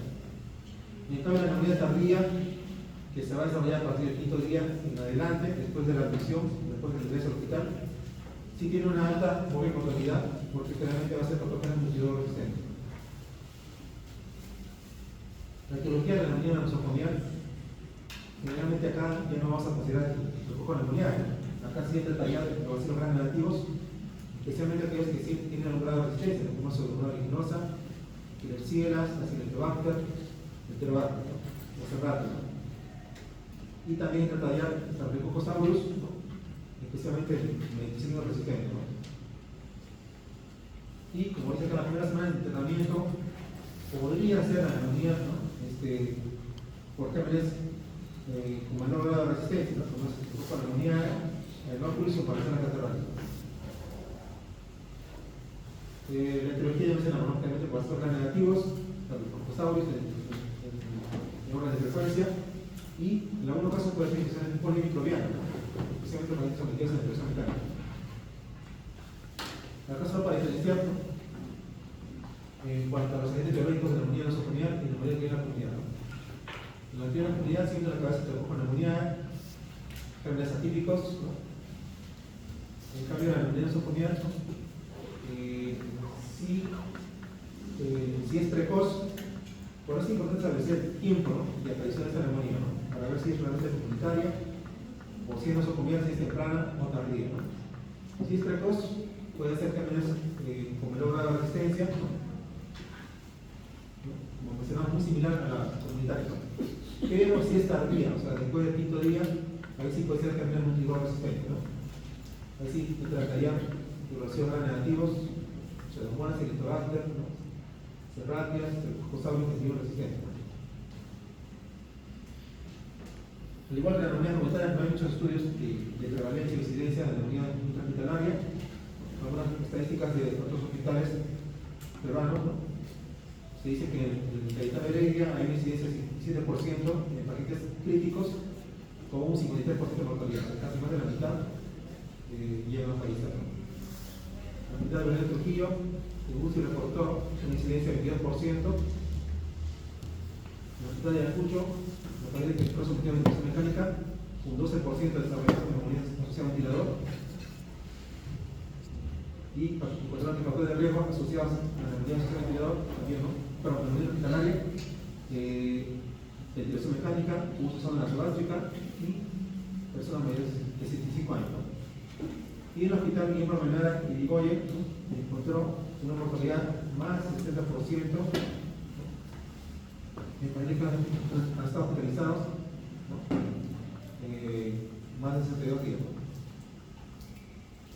La patogenia, cómo se desarrolla la neumonía nosocomial, es parecida, ¿no? A la neumonía comunitaria, ¿no? Obviamente si hay alteraciones en los mecanismos de defensa, ¿no? Puede favorecer el desarrollo de la neumonía. Pero acá, obviamente, como es un paciente hospitalizado, muchas veces va a tener otras consideraciones, ¿no? Como es el uso de antimicrobianos, ¿no? Para que sea sometido a cirugía, que sean dispositivos invasivos, ¿no? Por ejemplo, la zona nasogástrica, ¿no? O la misma intubación, ¿no?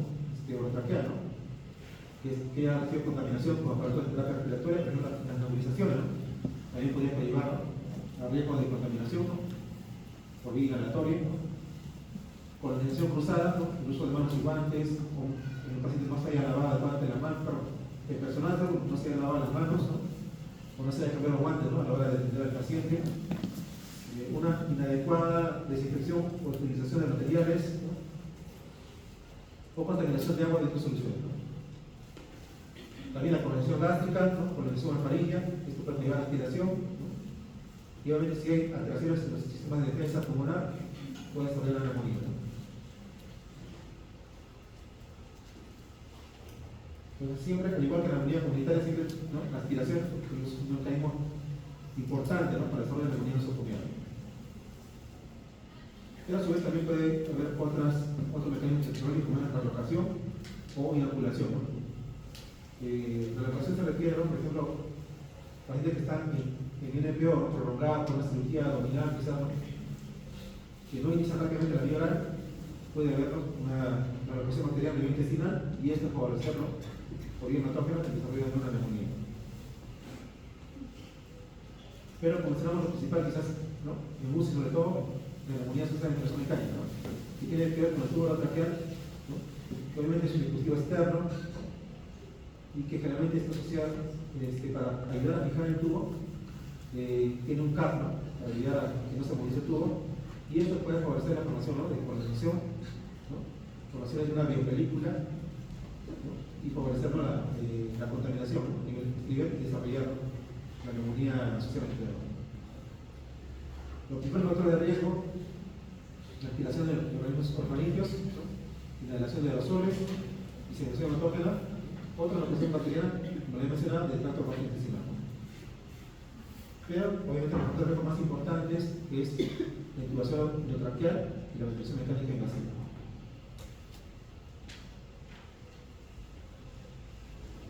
Ahí algunos factores asociados a la neumonía intrahospitalaria, ¿no? En un hospital bien ordenada, siempre, ¿no? El uso de dispositivos externos, ¿no? O zona nasogástrica, para clases de úlceras de estrés. Muchas veces el paciente, ¿no? Para evitar úlceras de estrés le dan, ¿no? Antiácidos, ¿no? Inhibidor de bomba de protones, ¿no? Y el bajar la acidez a nivel estomacal también es un factor riesgo para desarrollar neumonía, ¿no? Activaciones de secreciones, intubación traqueal, ventilación mecánica, contracción mecánica. Muchos de estos pacientes van a tener, ¿no?, factores intrínsecos que no se van a poder cambiar, ¿no? Por sí solo puede favorecer el desarrollo de neumonía nosocomial, ¿no? Pero en cambio, los factores extrínsecos sí podríamos tratar, ¿no?, de intervenir para evitar, ¿no?, el desarrollo de neumonía nosocomial, ¿no? Como es quizás el no usar traqueostomías, ¿no?, o evitar la generación de aerosoles, en lo posible disminuir el tiempo de utilización, o evitar usar antibióticos de forma prolongada e inadecuada, ¿no? Evitar usar tratamientos antisecretores, antiácidos, corticoides o sedantes, ¿no? En lo posible, nutrición literal, ¿no? Obviamente, si se puede evitar la cirugía, ¿no?, que haga que el paciente requiera internamiento prolongado, ¿no? Las producciones también pueden conllevar a riesgo de neumonía nosocomial, ¿no?, zona nasogástrica, o un mal control de infección, ¿no? Como eso, no lavarse las manos, no ponerse guantes o no aislar correctamente al paciente. Y tener en cuenta que hay factores de riesgo para patógenos multidrogos resistentes, ¿no? Nuestra neumonía nosocomial, ¿no? Parecido a la neumonía comunitaria, ¿no? Tener en cuenta que estos factores pueden ser cuando el paciente usa antibióticos en los últimos 90 días, si es que ha tenido shock séptico y que requiere ventilación mecánica, o vasopresores, ¿no?, un síndrome de estrés respiratorio agudo, 5 más días de hospitalización, con falla renal, ¿no? Pero quizás el principal factor de riesgo a considerar que los ha sospechado en términos multidrogos resistentes es que hay usado antibióticos en los últimos 90 años. Casi todos, tanto estafilococos como pseudomonas, comparten ese factor de riesgo. Algunas características de factores de riesgo que también nos están a sospechar de qué organismo estamos en constante neumonía.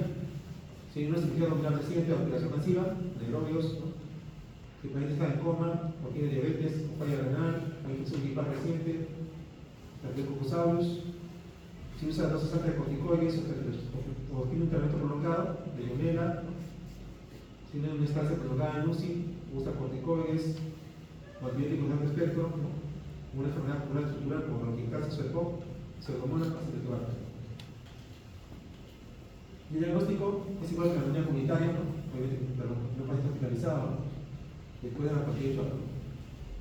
Cursa con tos, dolor torácico, fiebre, esputo purulento, leucocitosis, un infiltrado nuevo, la grafía de tórax.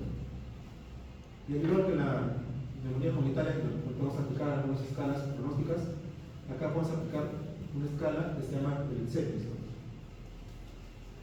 en los cuales un puntaje de 6 puntos nada más nos sugiere una neumonía nosocomial. Esta es la escala, como ven acá, toma en cuenta la temperatura, leucocitos en sangre, secreciones traqueales, ¿no?, radiografía de tórax, si tienen infiltrados nuevos o no, o si es que ha progresado los infiltrados, que puede ser un paciente que empieza con una neumonía comunitaria y que hay nuevos infiltrados, ¿no?, el cultivo aspirado traqueal, ¿no?, o alteraciones por gasometría, ¿no?, o usando el PAP 2, ¿no? Obviamente esta escala está más desarrollada, ¿no?, para pacientes que están intubados en ventilación mecánica, ¿no?, pero se podría extrapolar a pacientes que no están intubados. Obviamente, en vez de secreciones traqueales serían secreciones, ¿no?, o esputo, ¿no? Pues a más de 6 puntos ya podemos estar frente al diagnóstico de neumonía. Esta es otra escala mucho más simple, ¿no?, vamos acá, ¿no? Si hay signos radiológicos como nuevos infiltrados, ¿no?, o si tuviera fiebre, ¿no? O leucocitosis o leucopenia, ¿no? O si es que hay un fruto purulento o tos o orín, ¿no? Desde cualquiera, basta tres características positivas, ¿no? En estos tres aspectos para considerar que también estamos en una neumonía nosocomial. Diagnóstico diferencial, igual, parecido a la neumonía comunitaria, ¿no? Cualquier patología que pueda generar alguna opacidad nueva, ¿no? Desde tromboembolismo, bronquiolitis, neoplasias, neumonitis, falla cardíaca, quizás esto es lo principal causa de uso de antibióticos de forma inadecuada, ¿no? En muchos pacientes, ¿no? Puede acumular inducida por drogas, ¿no? Neumonías virales. El hecho que el paciente haya ingresado por una neumonía bacteriana, como le dije, hay muchos casos de neumonía viral que no los aísla, están en emergencia varios días, no se recoge el resultado, ¿no? Es un aviso por una neumonía bacteriana y luego resulta contagiado por una neumonía viral. Neumonía por hongos, neumonías típicas, ¿no? Tuberculosis, ¿no? Dolores pulmonares, entre otras. Entonces, la clave básica, lo básico de la radiología, ¿no? Una tomografía también puede ayudar, ¿no? Para mejorar la certeza diagnóstica. Los métodos no invasivos también para confirmar el agente etiológico nulo, los cultivos, el respirado traqueal, ¿no? Si el paciente está intubado. Y lo que se recomienda, ¿no? Si estamos sospechando una neumonía nosocomial, rápidamente se debe tratar de aislar las muestras respiratorias para cultivos, ¿no? O técnicas rápidas de definición de grano, ¿no?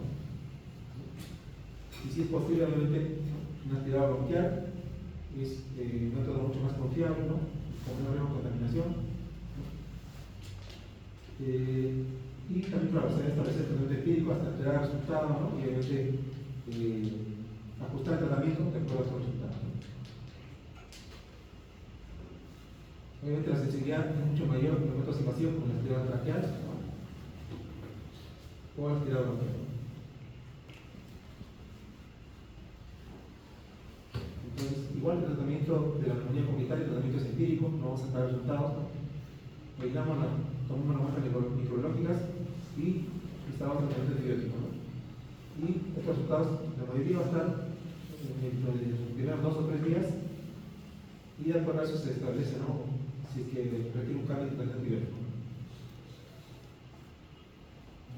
Algunos medicamentos que se pueden emplear como parte de manejo de neumonía nosocomial, ¿no? Tenemos cefalosporina de tercera generación, cefalosporinas antisodamónicas, los tratamientos con hidrogenados de beta-glutamasa, algunos aminoglucósidos o algunas quinolonas antisodamónicas, ¿no? O también si es que sospecha de que el coco sabe medicina resistente, la medicina y la insulina. Entonces, esta es la guía de la TCITSA, donde menciona que una neumonía asociada a ventilador, ¿no? Se debe tratar de cubrir tanto hasta que el coco sabe constituido resistente como tratamiento antisodamónico y también cobertura contra garra negativa, ¿no? O sea, acá se quiere usar triple terapia antibiótica en caso de neumonía asociada a ventilador. Entonces acá tenemos, por ejemplo, para el coco sabe constituido resistente, alternativas vancomicina, ¿no? O midazolam. Tratamiento antisodamónico, ¿no?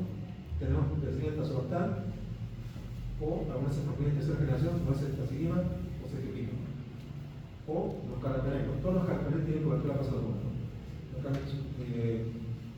sugiere más el uso de impenet y meropenem, ¿no? O monovaltazo con estronato. La cobertura contra garra negativos,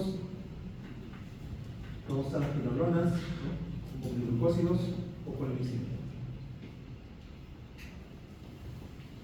En cambio, si es una neumonía que no está asociada al ventilador, podríamos, ¿no? De acuerdo a la sospecha, ¿no? Si estamos teniendo una infección por Staphylococcus aureus, o pseudomonas, o Gram negativos, de acuerdo a ello que se trata de antibiótico. Si es una neumonía sin factores de riesgo de multiresistencia, es una neumonía de inicio temprano, podemos usar monoterapia, no quiere estos medicamentos, ¿no? Si el paciente se adapta, o cefepime, o levofloxacino, o carbapenem. Pero si sospechamos una infección para la estreptococcus resistente, pero no tiene riesgo, ¿no?, para que los resistentes. Siempre se recomienda, ¿no?, usar cobertura para software, ¿no? Porque como ven acá, en el primer grupo, acá sí, todos tienen cobertura para software, ¿no? Pero si además escuchamos Staphylococcus aureus resistente, ¿no?, igual, cobertura para software y también, obviamente, para Staphylococcus aureus, para el macho, que es la comicina o el lesón. Entonces, si es alto riesgo de mortalidad, ¿no?, si es causa antibiótico en los últimos 90 días, ¿no?, ahí sí menciona la triple terapia antibiótica, ¿no? O sea, dos antibióticos beta-lactámicos con cobertura para sodomona, ¿no? En este caso puede ser, ¿no?, difteroxina tazobactam, ¿no?, cefalosporines noctisodormónicas, quinolonas, o carbapenem, ¿no?, o minoglucosa, ¿no?, o astronam más vancomicina, ¿no?, o violacina.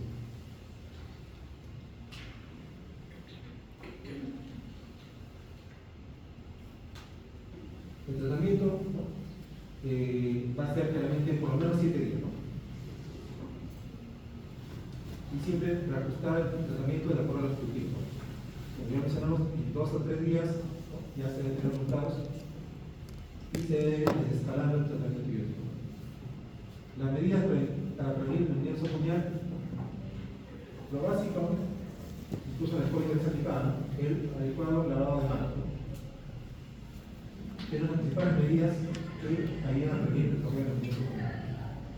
Con otras medidas también, bueno, evitar el uso de dispositivos invasivos, ¿no?, extubar tempranamente al paciente, ¿no?, preferir ventilación mecánica no invasiva, ¿no?, evitar intubación antibaquial, aspiración de secreciones sublógicas, posición semi-sentada, pero semi-acostada, ¿no?, 30 grados, con eso se evita que el paciente pueda aspirarse y desarrollar el momento. Evitar cambios en la ubicación del circuito de respirador, ¿no? Bueno, y también establecer otras medidas para evitar prolongar el internamiento del paciente, ¿no?, como profilaxis con el estrés, profilaxis de tomosis venosa, ¿no?, elevación de la cama, control estricto de la sedación, pues no se da mucho al paciente, ¿no?, el uso de higiene oral con clorhexidina, ¿no?, y evolución diaria de la exploración. Acá algunos factores de riesgo que nos conllevarían a pensar, ¿no?, que podría estar frente a una infección por la gente nutrición resistente, ¿no? No puede ser nada, el uso antibiótico en los últimos 90 días, ¿no?, si tiene shock séptico, o si tiene un sistema respiratorio agudo, o tiene una falla renal aguda, ¿no?, que requiera terapia de persona. Esta es la guía del CEPAC, la guía española. No es tan agresiva como la guía de la tesis, ¿no?, que ya diferente, ¿no?, de antibióticos van al respecto, ¿no? Acá, ¿no?, ¿no?, evaluar si el paciente tiene riesgo de patógenos y mortalidad por gérmenes multiresistentes, ¿no? Bajo riesgo, o sea, un paciente que tiene una neumonía de inicio temprano, ¿no?, o sea, de los primeros 2 a 4 días, ¿no?, y bajo riesgo de mortalidad, se puede usar monoterapia, ¿no? Acá también se los mismos antibióticos que la guía de la tesis, pero considera también que se puede usar ceftriaxona, una neumonía de su de inicio temprano, ¿no? En cambio, si tiene alto riesgo de mortalidad y no tiene shock séptico, ¿no?, se podría hacer monoterapia con agentes que curan gram negativos, ¿no?, más antibiótico para Staphylococcus aureus metilino resistente, ¿no?, o sea, la medicina con el mismo. Pero si tiene shock séptico, ahí sí se usa condición antibiótica, ¿no?, con cobertura antihormónica, más cobertura para Staphylococcus aureus, ¿no? O sea, casi se puede usar triple terapia antibiótica.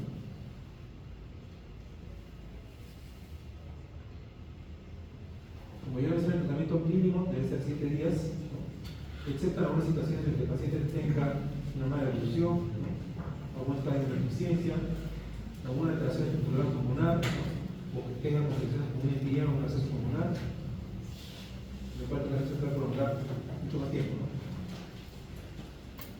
Y también el tratamiento va a definirse en tiempo de acuerdo al germen, ¿no? Si son, por ejemplo, gram negativos no fermentadores, en el caso de la fermentación se puede prolongar hasta 14 días. ¿No?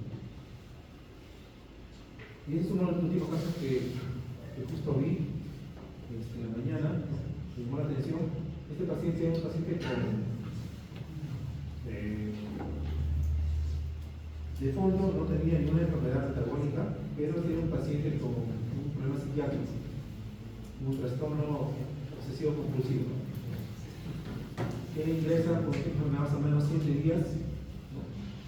Con un cuadro gripal inicial, ¿no? Y que ingresa básicamente por gripe, ¿no? Una línea de gran intensidad y que casi el ingreso mismo es sometido a ventilación mecánica. Y vemos que hay infiltrado acá de tipo alveolar, un poco de programa, ¿no? Está igualmente infiltrado casi en todo el pulmón derecho, ¿no? Le hacen la prueba del panel viral y sale positivo para influenza.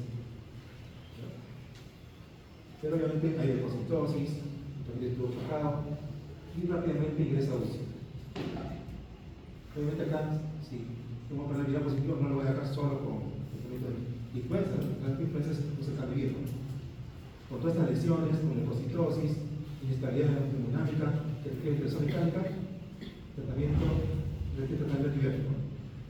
Entonces da tratamiento con ceftriaxona y acitromicina, que es lo que dice la guía de inmunidad comunitaria.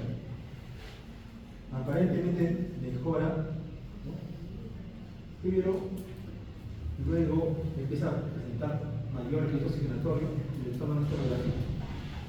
Parece que está igual, ¿no? O incluso que se hubiera limpiado un poquito la parte.